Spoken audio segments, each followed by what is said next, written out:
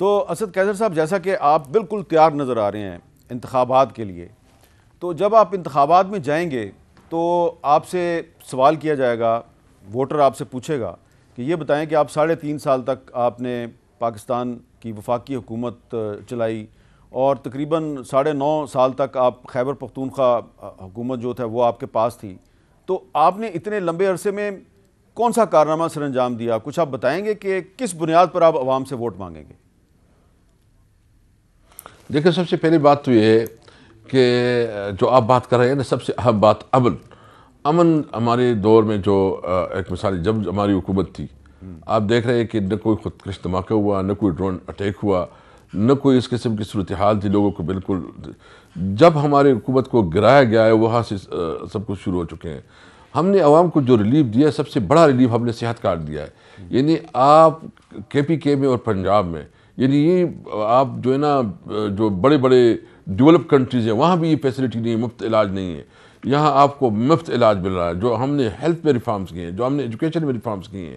جو ہم نے الحمدللہ سب سے بڑا کام جو ہم نے کیا ہے وہ ہم نے جو اپنے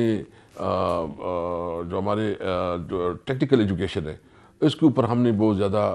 توجہ کی، اور ہم نے ٹیکنیکل ایجوکیشن ہر ضلع ہر تحصیل تک پہنچائی۔ اور سب سے اہم کام جو ہم نے کیا نوجوانوں کے لیے، کہ ہر تحصیل میں ہم نے اسپورٹس گراؤنڈ بنائے، پھر یونین کونسل میں ہم نے گراؤنڈ بنائے۔ تقریباً ہم میں کہہ سکتا ہوں کہ 30% جو یونین کونسل ہے اس وقت ہم گراؤنڈ بنا چکے ہیں۔ اور اس کے لیے سب سے اہم کام جو ہے جو ہم کر رہے ہیں، جو نوجوانوں کے لیے روزگار کا، اور روزگار کے لیے جو ہماری جو مختلف جو انڈسٹریز ہیں وہ بنا رہے ہیں۔ خاص کر جو ہے نا، ہم نے DI خان میں انڈسٹری زون کی بنیاد رکھی، ہم نے غازی میں نئی انڈسٹری زون کی بنیاد رکھی، ہم نے ممن میں نئی انڈسٹری زون کی بنیاد رکھی، ہم نے بنیر میں نئی انڈسٹری زون کی بنیاد رکھی۔ ایگریکلچر کو اسپیشل پیکیج دیا، ایگریکلچر کو پروموٹ کیا۔ اور سب سے جو بڑا کام ہے جو ہماری یونیورسٹیز ہے اس کے اندر بہت بڑا ریفارم کیے۔ آپ دیکھ رہے ہیں کہ پہلی دفعہ جو ہے نا خیبر پختونخوا میں دوسری دفعہ حکومت ملی ہے، اور یہ تیسری دفعہ حکومت جو ہے نا اس سے بڑھ کر ہوگی۔ اور لوگوں نے اونرشپ ہے، یعنی ہماری لیڈرشپ جو ہے، یہ سارے جو ہمارے MPs بنے یہ عوام میں موجود رہے، عوام کے ساتھ جو ہے نا جو بھی حالات ہیں عوام سے دور نہیں بھاگے۔ تو اس وجہ سے، اور جو اس وقت خان نے جو ایک سٹینس لیا ہے کہ جو رجیم چینج کے حوالے سے جو ہمارے خلاف سازش ہوئی، اور جو اس نے کہا ایبسولوٹلی ناٹ، تو یہ نعرہ بہت مقبول ہے کہ پہلے وہ دفعہ وہ لیڈر آیا ہے جو کہ آزاد خارجی پالیسی کی بات کرتا ہے، جو کہ پاکستانیت کی بات کرتا ہے، جو پاکستانی نیشنلزم کی بات کرتا ہے، جو پاکستانی قوم کے اوپر فخر کرتا ہے، جو کہ آنکھوں میں آنکھ کے ڈال کر بات کر سکتا ہے۔ ہمارے لوگ بھوکی رہیں گے لیکن کم از کم وہ اپنی عزت اور خودداری پہ کمپرومائز نہیں کریں گے۔ تو عمران خان کو ایک خوددار لیڈر اور ایک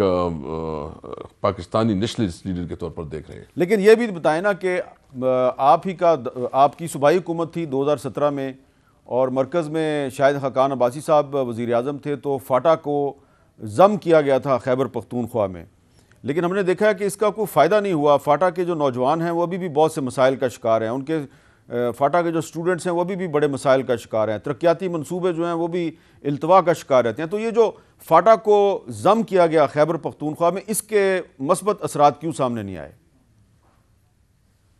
دیکھیں، سب سے پہلے بات تو یہ ہے کہ ہماری حکومت نے تو مکمل جتنے بھی اس وقت کی کمٹمنٹ تھی، جو شاید خاقان عباسی کے وقت میں جو کمٹمنٹ ہوئی تھی، اس کے مطابق جو ہے نا فنڈ ریلیز کروائے ہیں، ڈیولپمنٹ پہ پوری فوکس رکھا۔ آپ کو پتہ ہے کہ یہ جو حکومت ہے جو ہے نا، اس کے ڈیولپمنٹ وہ آخری 2-3 سال میں آ جاتی ہے یا چوتھے سال میں آ جاتی ہے۔ ہمارے سارے پروجیکٹ پیچھے ہوتے ہیں، ہمارے سارے پروجیکٹ جو ہے نا اس وقت کچھ آدھے رہ گئے، کچھ 75% کمپلیٹ تھی، کچھ 50% کمپلیٹ تھی، کوئی 80-90%۔ جو یہ رجیم چینج ہوا ہے، آپ دیکھ لیں فاٹا کے فنڈ روک دیے ہیں۔ ابھی تک تو جو میرے پاس تقریباً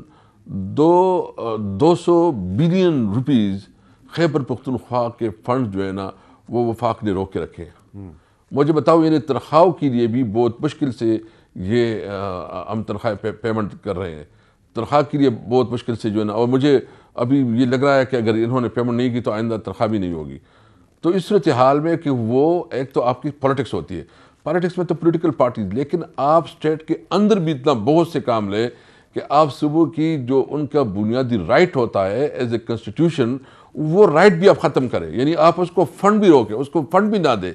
تو فاٹا کو تو 1 روپیہ انہوں نے نہیں دیا ہے، اور جو خیبر پختونخوا جو ہے نا اپنے اس کے پاس تھوڑے بہت وسائل ہوتے تھے جو تنخواہوں کے لیے، وہی جو ہے نا وہ دے رہے ہیں. تو اس لیے میں سمجھتا ہوں کہ انہوں نے ہمارے فنڈ بھی روکے تھے،